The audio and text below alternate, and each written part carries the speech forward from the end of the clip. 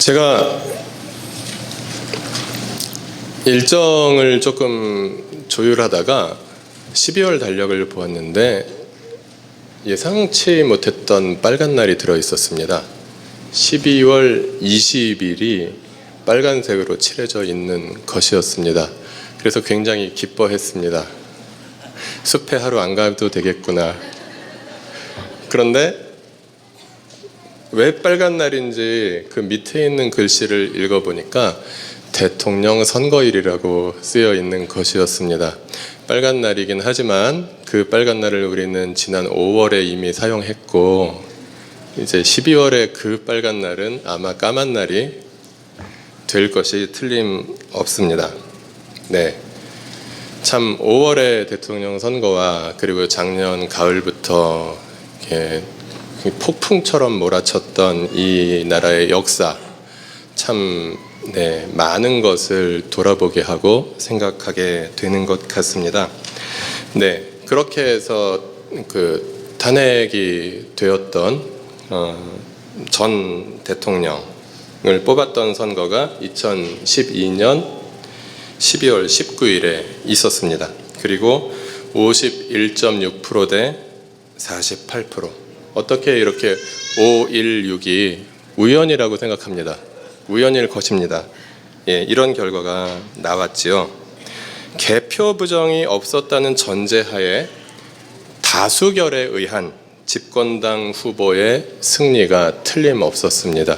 민주적 절차에 의해서 그 후보가 당선되었고, 그래서 그 당선자가 대통령직을 수행하다가 불행한, 국가적으로도 불행하고 개인적으로도 불행한 그런 일들이 일어나게 되었습니다.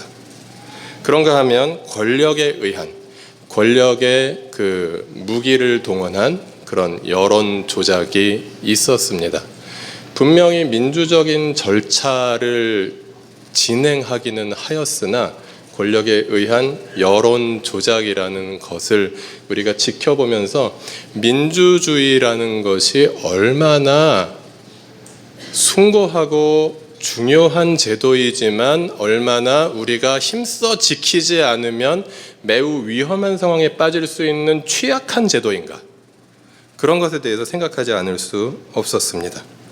그래서 그 2012년의 선거 결과는 민주공화국의 시민들이 민주적 절차인 선거를 통해서 독재 정부를 세웠던 그런 아이러니한 그런 결과였다고 말해도 과언은 아닐 것입니다. 이렇게 민주주의라는 것은 매우 좋은 의미를 가지고 있지만 그러나 매우 그것을 제대로 지켜내기는 쉽지 않다라는 것을 경험합니다.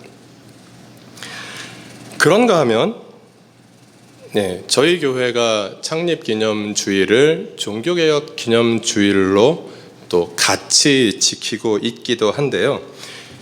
올해 종교개혁 500주년 기념주일 닷새 전에 그 종교개혁 교회에 한국에서는 대다수를 차지하고 있는 장로교회, 그 장로교회에서 가장 큰 교회에서 일어난 고통스러운 사건이 있었습니다.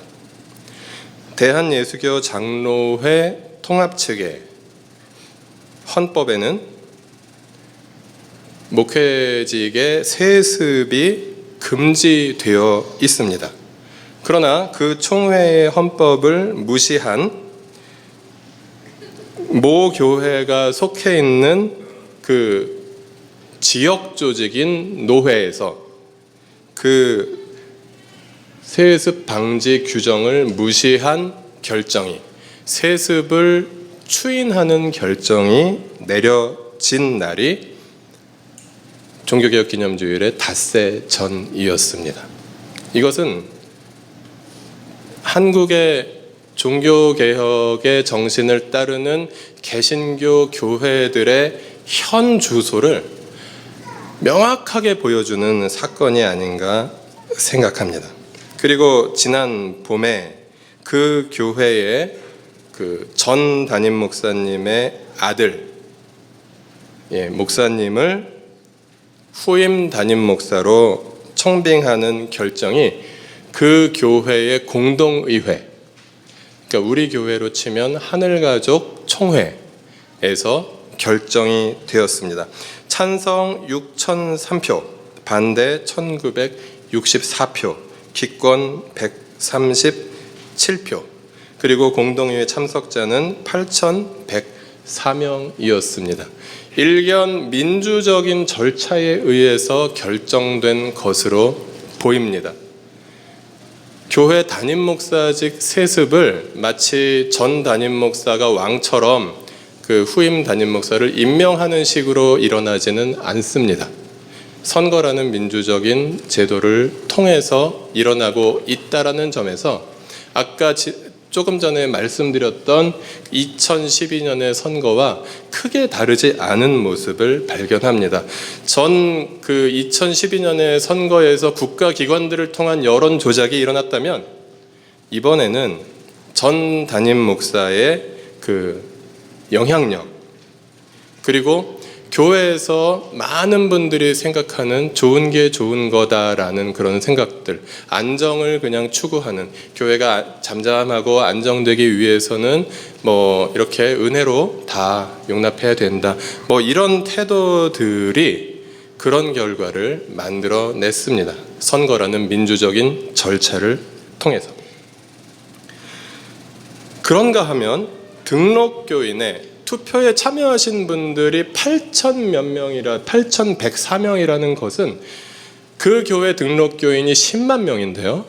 10만 명 중에 10%도 참여하지 않은, 그래서 이것을 굉장히 민주적인, 그리고 모든 교인들이 동참해서 결정한 결정이었다라고 보기에는 많은 어폐가 있는 10만 명이 한 자리에 모여서 후임 담임 목사를 뽑는 투표를 진행한다라는 것은 우리가 생각하기에 매우 불가능한 일입니다.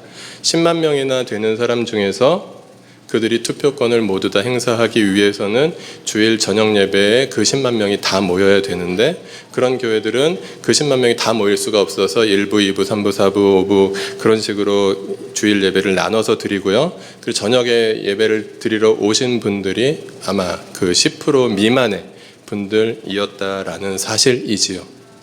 그래서 이것은 교회의 안정을 지향하는 투표이기도 했고 민주적인 절차를 따른 것으로 보이긴 하지만 그 전체적인 민의가 반영될 수 없는, 교회가 너무 커지기 때문에 자기 교회의 그런 앞길도 함께 심사숙고해서 정말 진지하고 그리고 정직한 토론을 통해서 결정할 수 없는 상황 속에서 그 전 담임 목사님의 엄청난 영향력이 작용되어서 그 여론에 영향을 끼친 그런 결과로, 그래서 민주적으로 보이지만 매우 좀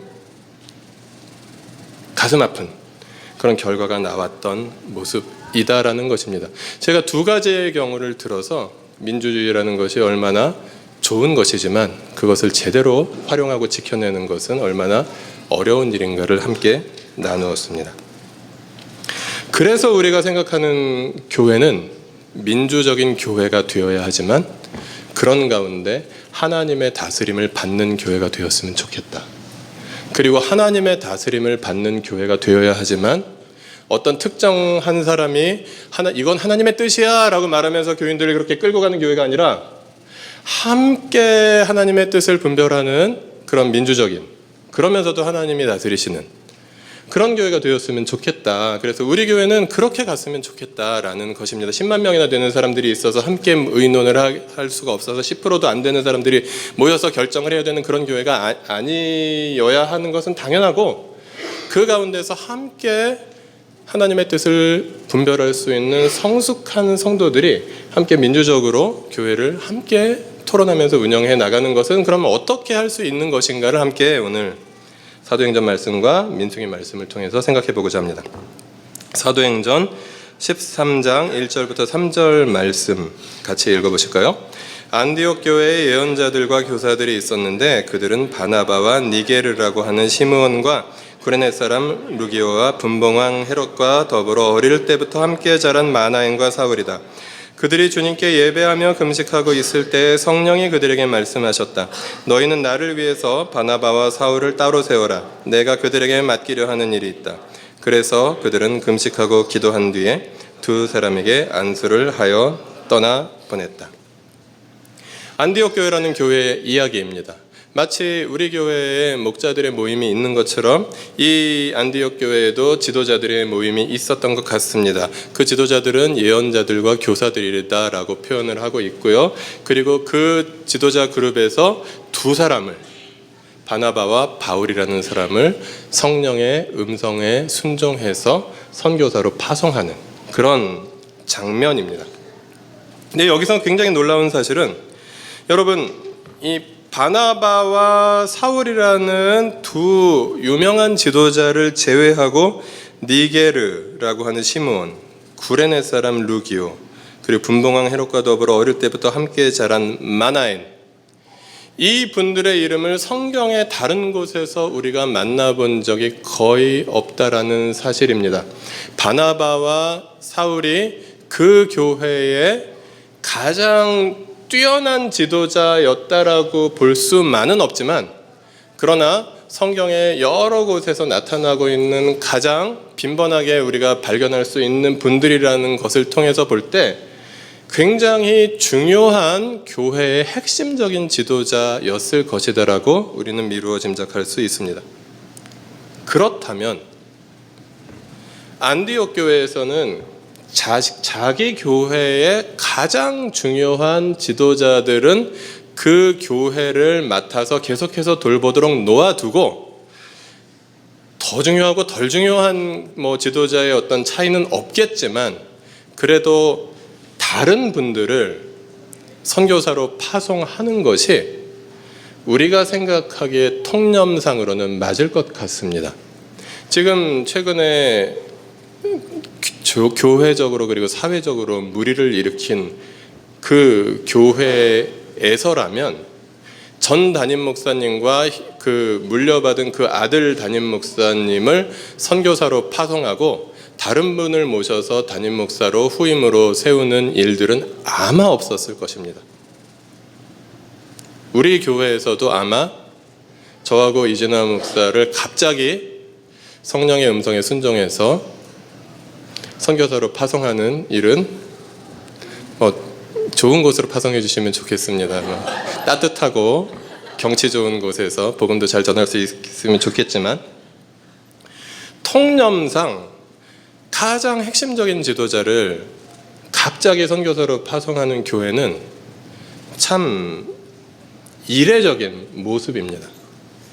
그러나 성경에 나오는 최초의 선교사 파송의 모습이 이런 모습이었다라는 것은 참 교회가 얼마나 세상과 다른 조직인가, 얼마나 세상 모든 사람들이 생각하고 있는 통념을 깨뜨리는 조직인가, 그런 공동체인가를 생각할 수 있게 해줍니다. 어떻게 그들은 그런 일들을 할 수 있었을까요? 그들에게는 성령의 음성을 들을 수 있는 귀가 있었다라는 것입니다. 그들이 하나님께 예배하고 함께 금식하며 기도하는 가운데 성령의 음성을 들을 수 있고 분별할 수 있는 그런 민감함과, 그리고 하나님의 말씀에 기초한 판단력이 있었다라는 것입니다. 그리고 그들에게는 용기가 있었습니다. 성령께서 말씀하시니 바나바와 바울 없이 우리는 교회를 꾸려가야 되고, 바나바와 바울을 파송하고 그분들을 후원하면서 우리는 그 일들을 감당해야 된다라는 것에 순종할 수 있었던 용기, 그것은 결코 쉽지 않은 일입니다. 그러나 그것을 감당했습니다. 그것은 자기 교회의 안정보다는 하나님 나라 복음의 전파와 하나님 나라, 하나님의 다스림의 확산을 더 중요하게 여긴 그런 초대교회 성도들과 지도자들의 순수한 그런 신앙의 발로였다라는 것입니다. 교회는 그러한 조직입니다. 전략과 전술을 세우고 거기에서 가장 전략적으로 그리고 가장 그 교회에 유리한 방향으로 결정해서 치밀하게 판단해서 그렇게 한 걸음 한 걸음 걸어가는 조직이 아니다라는 것입니다. 세상의 통념과 전혀 다른, 가장 중요한 사람들이라도 내보낼 수 있고, 그리고 가장 중요한 것이라도 더 하나님께 바칠 수 있는 그런 세상의 통념을 깨뜨리는 그런 공동체는 성령의 음성에 민감하며 성령의 음성을 들을 줄 알며 그리고 성령의 음성에 순종할 수 있는 그런 용기를 가진 그런 사람들일 때 가능해진다라는 것입니다. 그것이 하나님이 다스리는 교회이고 우리는 그런 교회를 꿈꾸었으면 좋겠습니다. 교회의 안정을 위해서 가장 편안한 선택을 하는 그런 공동체가 아니라 때로는 모험이 따른다고 하더라도 성령의 음성을 만약에 우리가 함께 분별했다면 그 음성에 순종할 수 있는 공동체, 얼마나 기쁘고 얼마나 감사한 일이겠습니까? 여러분 생각만 해도 가슴이 뛰고 설레이는 일 아닙니까? 우리가 그런 공동체가 된다라는 것, 그렇게 되었으면 좋겠습니다. 그런데 그 하나님의 음성을 분별하는 것을 우리가 민주적으로 가능하면 할 수 있었으면 좋겠다라는 그런 소망이 있습니다. 그리고 그 민주주의라는 것이 뭐 세상의 어떤 제도이기도 하지만 성경에도 이제 그런 방식을 지지하는 그런 본문들이 있어서 좀 함께 읽어보았으면 좋겠습니다. 민수기 11장에서 조금 발췌한 그 한 10여 절의 말씀 같이 읽어보시겠습니다. 이스라엘 자손 가운데 섞여 살던 무리들이 먹을 것 때문에 탐욕을 품으니 이스라엘 자손들도 또다시 울며 불평하였다. 누가 우리에게 고기를 먹여줄까? 모세는 그 앞에서 걱정이 태산 같았다. 모세가 주님께 여쭈었다. 어찌하여 주님께서는 주님의 종을 이렇게도 괴롭게 하십니까? 어찌하여 저는 주님의 눈밖에 벗어나게 하시어 이 모든 백성을 저에게 짊어지우십니까? 저 혼자서는 도저히 이 모든 백성을 짊어질 수 없습니다. 에게는 너무 무겁습니다. 주님께서 모세에게 대답하였다. 이스라엘 장로들 가운데서 내가 백성의 장로들 또는 그 지도자라고 알고 있는 사람들 70명을 나에게 불러오너라. 내가 내려가 거기에서 너와 말하겠다. 그리고 너에게 내려준 영을 그들에게도 나누어 주어서 백성 돌보는 짐을 그들이 너와 함께 지게 하겠다. 그러면 너 혼자서 애쓰지 않아도 될 것이다. 모세가 나가서 주님께서 하신 말씀을 백성에게 전달하였다. 그는 백성의 장로들 가운데서 70명을 불러 모아 그들을 장막에 둘러 세웠다. 그때 주님께서 구름에 휩싸여 내려오셔서 모세와 더불어 말씀하시고 모세에게 내린 영을 장로들 70명에게 내리셨다. 영이 그들 위에 내려와 머물자 그들이 예언하였다. 이것은 처음이자 마지막이다. 다시는 예언하지 않았다. 그런데 두 남자가 지난해 남아 있었다. 하나의 이름은 엘닷이고 다른 하나의 이름은 메닷이었다. 그들은 명단에 올라있던 이들이지만 장막으로 가지 않았다. 그런데 영이 그들을 위로 내려와 머물자 그들도 진에서 예언하였다. 한 소년이 모세에게 달려와서 엘닷과 메닷이 진에서 예언하였다고 알렸다. 그러자 젊었을 때부터 모세를 곁에서 모셔온 눈의 아들 여호수아가 나서서 모세에게 말하였다. 어른께서는 이 일을 말리셔야 합니다. 그러자 모세가 그에게 말하였다. 내가 나를 두고 질투하느냐? 나는 오히려 주님께서 주님의 백성 모두에게 그의 영을 주셔서 그들 모두가 예언자가 되었으면 좋겠다. 아마 구약 성경에서 가장 위대한 예언자라고 한다면 모세를 우리가 들 수 있을 것 같습니다. 그런데 그 위대한 모세에게도 나름대로의 심각한 고충이 있었습니다. 백성들을 혼자 돌보고 이끌고 섬기는 것은 그에게 너무나 큰 짐이었습니다. 그러나 하나님께서는 모세 혼자에게 그 위대한 능력을 주시고 모세 혼자에게만 엄청난 권력을 주셔서 모세가 모든 것을 다 통제해야 하고 그리고 모세가 모든 것을 다 책임져야 하도록 하지 않으셨다라는 것입니다. 백성의 대표를 70명을 뽑아서 그들을 세워서 그들이 함께 백성들을 섬기도록 하시는 그런 구약 성경의 모습을 볼 수 있습니다. 그러면서 그 70명의 이름은 나오지 않지만 그러나 모세의 동역자로서 함께 백성들을 섬기는 모습을 우리는 볼 수 있고요. 이것은 굉장히 분권적이고 그리고 역할이 잘 분담되어서 함께 협력하고 있는 모습을 보여줍니다. 교회는 결코 하나님의 백성들의 공동체는 결코 한 사람의 어떤 카리스마적인 지도자, 그가 아무리 훌륭하다고 하더라도 에 의해서만 이끌어져서는 안 된다라는 것이 성경이 말하고 있는 사상입니다. 그래서 장막 앞으로 나갔던 68명 이외에 장막으로 나오지 않고 그냥 자기 집에 머물러 있었던 엘닷과 메닷이라는 사람에게까지 하나님께서 하나님의 영을 부어주셔서 그들도 예언할 수 있게 해주셨다라는 상징적인 사건, 그것을 통해서 모세가 이렇게 고백합니다. 나는 주님께서 주님의 백성 모두에게 그의 영을 부어주셔서 그들 모두가 예언자가 되었으면 좋겠다. 이 꿈은 계속해서 선지자들에게 이어져서 요엘서 2장 28절 이하의 말씀이 사도행전 2장에서 이루어진 모습을 우리는 또 사도행전에서 봅니다. 함께 읽어보실까요? 베드로가 11사도와 함께 일어나서 목소리를 높여서 그들에게 엄숙하게 말하였다. 유대 사람들과 모든 예루살렘 주민 여러분, 이것을 아시기 바랍니다. 내 말에 귀를 기울이십시오. 지금은 아침 9시입니다. 그러니 이 사람들은 여러분이 생각하듯이 술에 취한 것이 아닙니다. 이 일은 하나님께서 예언자 요엘을 시켜서 말씀하신 대로 된 것입니다. 하나님께서 말씀하신다. 마지막 날에 나는 내 영을 모든 사람에게 부어주겠다. 너희 아들들과 너희의 딸들은 예언을 하고 너희의 젊은이들은 환상을 보고 너희의 늙은이들은 꿈을 꿀 것이다. 그날에 나는 내 영을 내 남종들과 내 여종들에게도 부어주겠으니 그들도 예언을 할 것이다.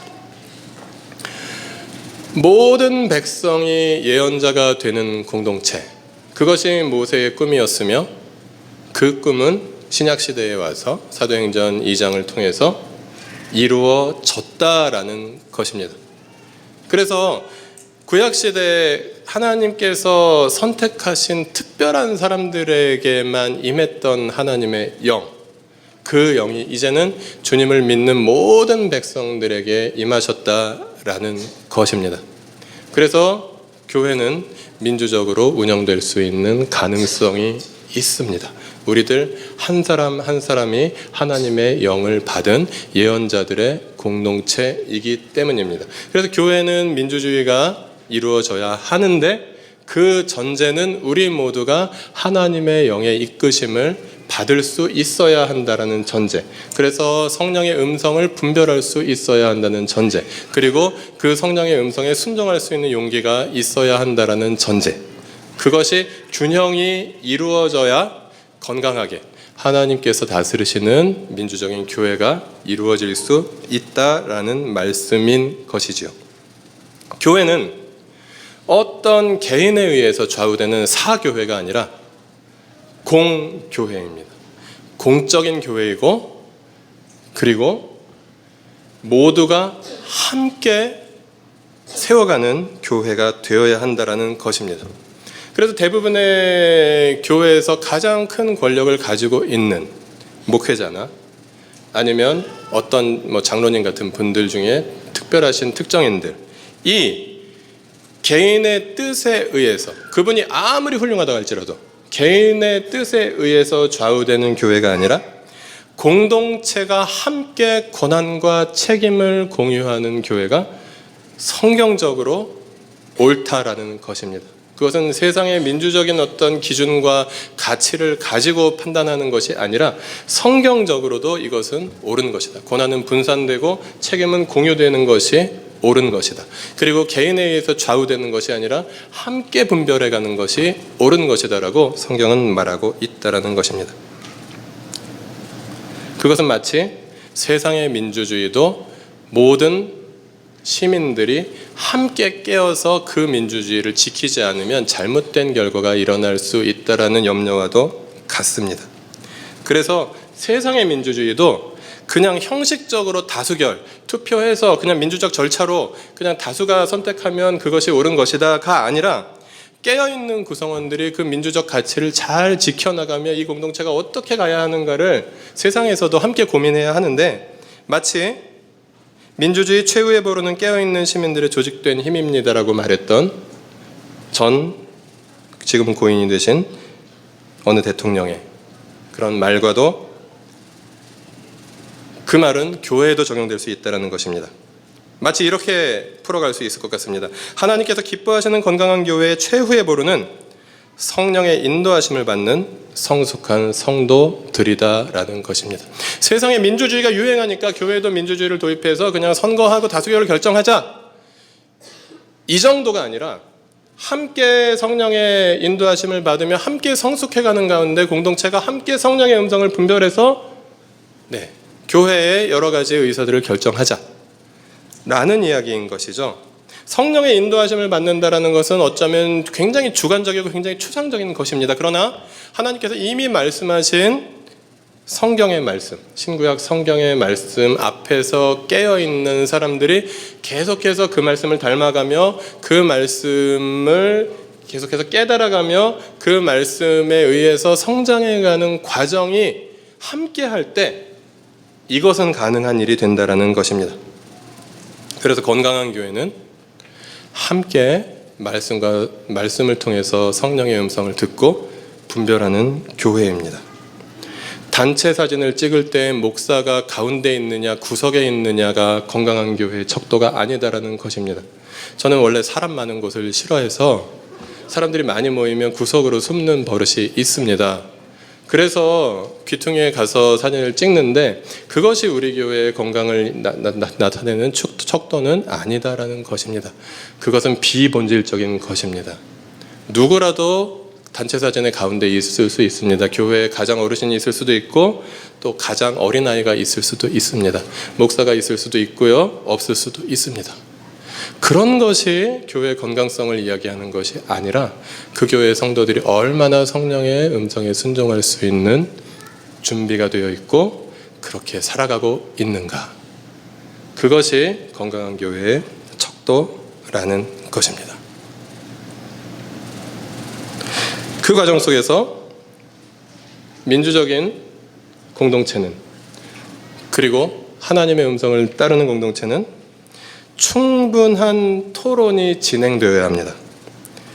그리고 책임 있는 의사결정이 일어나야 합니다. 그래서 각각의 가정교회들과 그리고 그 가정교회의 대표자들인 지도자 그룹이 유기적인 의사소통이 일어나야 합니다. 우리가 민주적인 교회를 꿈꾸면서 교회 설립 초창기에 한 2년 정도를 3개월에 한 번씩 전체 교인의 총회를 열었었습니다. 처음에는 한 20-30명밖에 되지 않았기 때문에 그래도 서로 이야기할 수 있는 분위기가 조성이 되었습니다. 그러나 한 50명이 넘어가면서부터는 일부 말을 잘하거나 마음속에 할 말이 많이 있는 분들을 제외하고는 대부분의 분들이 침묵을 지켰습니다. 이것은 우리 교회가 잘못된 방식을 따랐다라기보다는 사람이 너무 많이 있는 곳에서 한 사람 한 사람이 자기 의견을 충분히 피력할 수 없다라는 것입니다. 그래서 더 작은 공동체, 그리고 서로를 더 잘 이해하는 친밀한 공동체인 가정교회에서 교회의 여러 현안들을 함께 이야기하고 충분하게 토론하는 것, 그것과 그 결과를 가지고 목자들이 모여서 이런 이야기들이 있었다라는 것을 함께 이야기하면서 함께 분별해가는 과정, 그 과정을 통해서 충분한 토론과 책임 있는 의사결정이 단지 때마다 전체 교인 그냥 투표해서 다수결로 결정하는 것보다 훨씬 하나님의 뜻에 가까운 결정을 내릴 수 있다라는 것이죠. 그래서 우리가 꿈꾸는 민주주의는 그냥 다수결에 의해서 결정되는 민주주의가 아니라 모든 가족들이 하나님의 인도하심을 받는 민주주의입니다. 그것에 가장 가능한 방법은 모르겠어요. 제가 그런 성향이 아니긴 하지만 모든 가족들이 전부 다 기도원에 가서 뭔가 뜨거운 체험을 할 때까지 거기서 나오지 않고 체험을 한 다음에 모여서 결정하는 그런 것도 가능하겠지만 그보다 훨씬 쉽고 우리의 일상의 삶 속에서 할 수 있는 것은 매일 함께 말씀을 묵상하는 것입니다. 그래서 우리 공동체는 함께 한 본문으로 공동체가 매일 말씀을 묵상하는 것을 중요하게 생각합니다. 매우 중요하게 생각합니다. 그것이 하나님이 다스리는 민주주의를 세워가는 첫 번째 조건이기 때문입니다. 2013년 7월에 세 사람이 중요한 결정을 하면서 한 달 동안 마태복음을 묵상한 적이 있었습니다.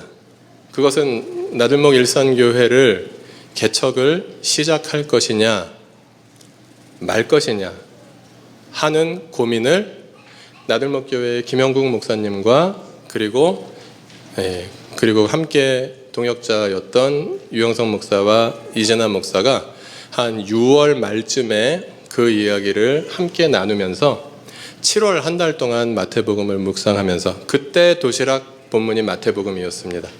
함께 마태복음을 묵상하면서 하나님의 뜻을 분별하면서 개척 준비를 시작할 수 있었습니다. 마태복음에는 내가 내 교회를 세우겠다, 이 반석 위에 교회를 세울 것이고 이 교회에 천국의 열쇠를 맡기겠다 등등의 교회를 세우는 그런 말씀이 들어 있었습니다.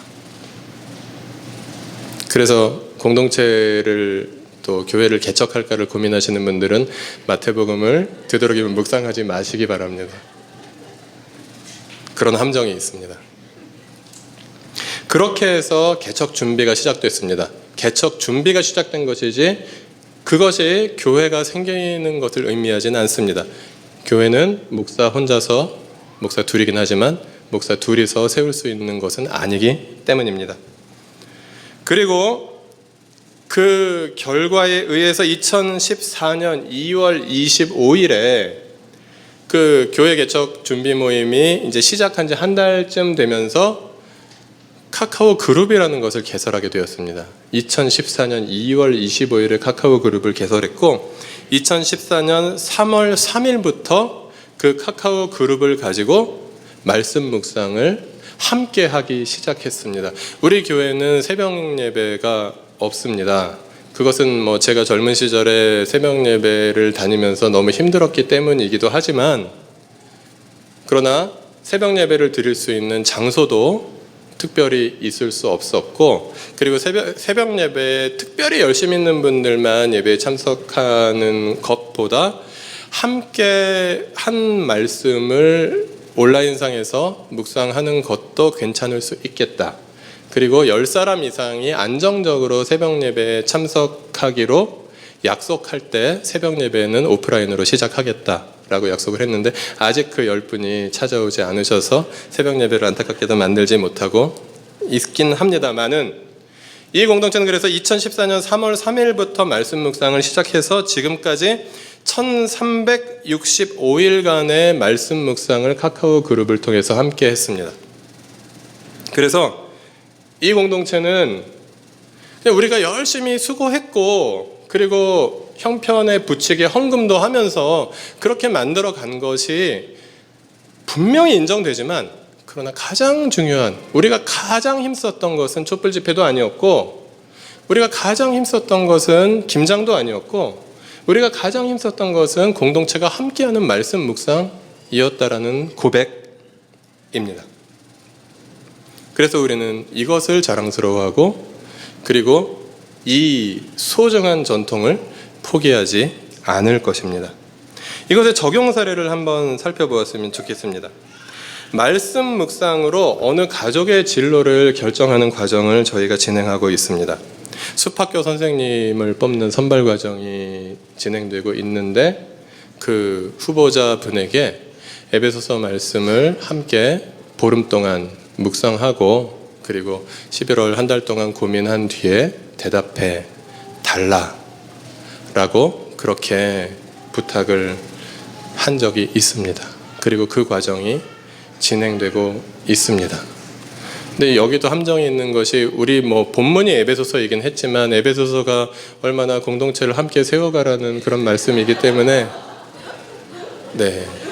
가능하면 뭔가 고민될 때 말씀 묵상을 안 하시는 것이 편안한 인생을 살아갈 수 있는 방법이긴 합니다. 그러나 말씀 묵상을 진정성 있게 하시는 분들은 편안한 인생을 선택하지 않습니다. 하나님의 말씀을 분별할 수 있다면 그 말씀에 순종하는 용기를 낼 수밖에 없기 때문이고 하나님께서 힘을 주실 것이기 때문입니다. 그리고 저희 교회에서 이제 커플들이 많이 생기고 있고요. 그분들이 결혼을 준비할 때 뭐 부부에 대해서 어떤 상담 심리적으로 저희가 부부됨을 준비시켜 드리는 부분을 분명히 하는 것은 필요하지만 저희가 가장 중요하게 생각하는 것은 부부가 되기 위해서 예비 부부가 말씀을 함께 묵상하면서 그 말씀을 통해서 가정과 결혼과 부부에게 주시는 그런 교훈을 함께 얻는 과정, 그것을 진행하고 있습니다. 그래서 몇몇 분들 저희가 계속해서 그 예비 부부 학교를 진행하면서 이제 최근 들어서 결혼하신 커플들은 대부분 이 과정을 거쳐서 함께 말씀을 묵상하고 그것을 적용하고 그래서 그 고민한 것들을 저에게 좀 보내고 함께 나누면서 그 과정을 진행하고 있습니다. 그리고 이제 나들목 학교가 내년 3월에 세워질 가능성이 굉장히 높은데요. 그 학부모님들이 함께 한 말씀을 매일 도시락 본문을 함께 묵상하면서 거기에서 교육과 자녀 양육에 하나님께서 주시는 교훈을 찾으면서 함께 고민해 나갈 것입니다. 심지어 다른 교회에 소속되었는데 우리 학교에 보내시고자 하는 예비 학부모님들에게도 같은 본문으로 묵상해 달라고 부탁을 했고 그것을 함께 해 나가는 과정을 진행하고 있습니다. 이와 같이 우리의 공동체의 모든 그리고 공동체에 속한 개인의 모든 삶 속에서 하나님의 말씀을 묵상하면서 하나님의 뜻을 분별하는 것은 중요합니다. 그러면서 우리의 인생을 하나님의 인도하심을 받으면서 우리는 걸어갈 것입니다. 그리고 공동체가 우리가 앞으로 무엇인가 중요한 것을 결정할 때가 있을 것 같습니다. 그때에 그냥 다 같이 모여서 치열하게 끝장 토론 같은 것을 하고 투표해서 다수결로 결정하면 그것은 매우 편리합니다. 그러나 거기에는 또 우리의 어떤 개인적인 생각이나 성향이나 그런 것들이 많이 반영될 수 있는 그런 여지도 많이 있다라는 것입니다. 그래서 이렇게 했으면 좋겠습니다. 목자 공동체가 어떠한 묵상의 주제, 예를 들면 뭐가 있을까요? 교회가 뭐 선교사를 파송한다거나 아니면 교회의 예배 장소를 옮긴다던가 뭐 등등의 문제들이 뭐 생겼을 때 그 주제를 가족들께 함께 나누고 그것을 가지고 일정 기간 동안에 함께 말씀을 묵상하면서 분별합시다 라고 부탁을 하는 것입니다. 예를 들면 한 달간 도시락이 보통 말씀 한 권을 한 달간 묵상하게 그렇게 편집이 되어 있기 때문에 그래서 한 달간 함께 모든 가족들이 그 말씀을 함께 묵상하면서 거기에 대해서 각자 생각이 다를 텐데 그 각자에게 주시는 하나님의 음성을 같이 나누는 것이 굉장히 중요합니다. 그것이 모여서 어떤 특정 개인의 생각보다 훨씬 더 깊이 있고 훨씬 더 하나님의 뜻에 가까운 그런 깨달음을 얻을 수 있을 것이기 때문입니다. 그 가운데에 전체가 다 모여서 지금 벌써 한 100명이 넘은 우리 공동체가 다 모여서 100사람이 한마디씩 하는 것보다 훨씬 더 충분한 토론이 이루어질 수 있기 위해서 가정교회별로 한 달 정도의 기간이면 적어도 3-4번은 가정교회에 모일 것이고 그 가운데 그것에 대해서 고민하고 말씀 묵상했던 분들이 함께 나누어가는 과정 속에서 그것이 조율되고 그리고 한 줄을 계속해서 거듭하면서 그것이 더 앞으로 계속해서 더 심화되면서 충분한 토론이 진행될 것이고 그 가정교회의 나눔들이 충실히 반영되어서 목자들이 결정하는 뭐 필요하다면 전체가 모여서 함께 결정할 수도 있겠죠. 그런 과정을 통해서 하는 것이 그냥 단순한 어떤 민주 절차라는 의미에서의 다수결, 그것이 가진 위험성을 극복하면서 하나님의 다스림을 받는 민주교회로 우리가 계속해서 우리의 정체성을 지키면서 성장해 나아갈 수 있는 길이 아닌가 하는 생각을 함께 했으면 좋겠습니다. 가끔 텔레마케팅 쪽에서 전화를 제가 하거나 아니면 그쪽에서 전화가 와서 받을 때 사랑합니다 고객님이라는 음성이 들려올 때가 있습니다. 처음에 그 음성을 들었을 때 저는 굉장히 충격을 받았습니다. 아, 기업체도 이렇게 고객을 사랑하는구나. 그래서 사랑을 고백하는구나. 제가 여러분을 사랑하겠습니까? 사랑하지 않겠습니까? 적어도 우리가 가족인데 기업체가 고객을 사랑하는 것보다는 훨씬 더 진정성 있게 사랑하지 않겠습니까? 그런데 제가 여러분께 드릴 수 있는 고백이 사랑합니다 고객님이 아니라 당신은 나의 동지입니다 라는 고백이 될 수 있었으면 좋겠습니다. 함께 말씀을 묵상하지 않는 성도는 사랑하는 고객일 가능성이 높습니다. 고객은 기업체에 어떠한 의무를 요구받지 않습니다. 그냥 그 기업체의 상품을 구매하고 사용해 주는 것으로 충분합니다. 그러나 우리가 어떤 기업체의 물건을 사용한다고 해서 그 기업체의 임직원들과 동지적 관계가 맺어지지는 않습니다. 우리가 함께 말씀을 묵상한다는 것은 내가 이 공동체의 고객인가? 아니면 이 사람들과 함께하는 동지인가? 그것에 우리 각자에게 해당되는 척도가 아닌가 생각이 됩니다.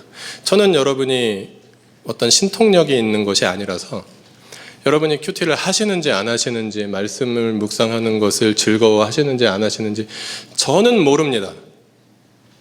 다 하시는 것 같습니다. 그래서 굉장히 기쁩니다. 그러나 만약에 우리가 하나님과 직접적으로 말씀을 앞에 놓고 하나님과 소통하는 일에 짧으면 10분, 길면 한 30분 정도 그 시간을 만약에 우리가 내어놓을 수 없다면 과연 우리가 하나님의 나라를 위해서 우리의 인생을 드릴 수 있겠습니까? 민들레 공동체 대표님의 말씀을 들으면서 우리가 큰 충격을 받았는데 우리의 도시에서의 삶을 송두리째 뽑아서 저 시골로 내려가는 일을 우리가 고민하기 전에 나의 인생에 주어진 24시간 중에 10분을 떼어서 하나님 앞에서 머물러 있는 것, 이것부터 시작해야 되지 않나? 그래서 우리가 저도 마찬가지이고요. 이 교회의 고객이 아니라 사랑하긴 하지만 우리가 함께 하나님 나라의 동지들이 되어야 하지 않나 하는 고민들을 한 번씩 같이 진지하게 해 보아 주셨으면 좋겠습니다. 그 네모가 표시된 그 삶의 우선순위, 그 이어지는 그 문장 두 줄 같이 읽어보실까요? 개인적으로 하나님과 만나는 시간을 가지고자 힘쓰며 공동체가 함께 모여 드리는 예배를 소중히 여기겠습니다. 여러분이 우리 교회 가족이 되실 때에 체크하신 그리고 서명하신 하늘가족 서약입니다. 개인적으로 하나님과 만나는 시간을 가지고자 힘쓰며, 그래도 한 교회의 어떤 서약서인데 큐티 하겠습니다 이런 것보다 조금 말을 좀 길게 만든 것입니다. 그 내용은 같습니다. 개인적으로 하나님과 만나는 시간을 가지고자 힘쓰며, 이 말이 함께 매일 한 본문으로 말씀을 묵상하겠다라는 약속입니다. 만약에 속아서 들어오신 분들이라면 죄송한데 취소하실 수 있습니다. 그리고 말씀 묵상이라는 영성 훈련 방식이 우리 기독교인의 삶에서 가장 옳고 가장 중요하다라고 말할 수 없습니다. 근데 우리 교회는 그것을 선택했고 우리 교회는 그 길을 가기로 약속한 사람들의 모임이다라는 것이죠. 그래서 그것을 우리가 함께 하는 것. 저는 여러분께 많은 헌금을 요구하거나 긴 시간의 봉사를 요구하거나 그러지 않습니다. 그러나 우리가 함께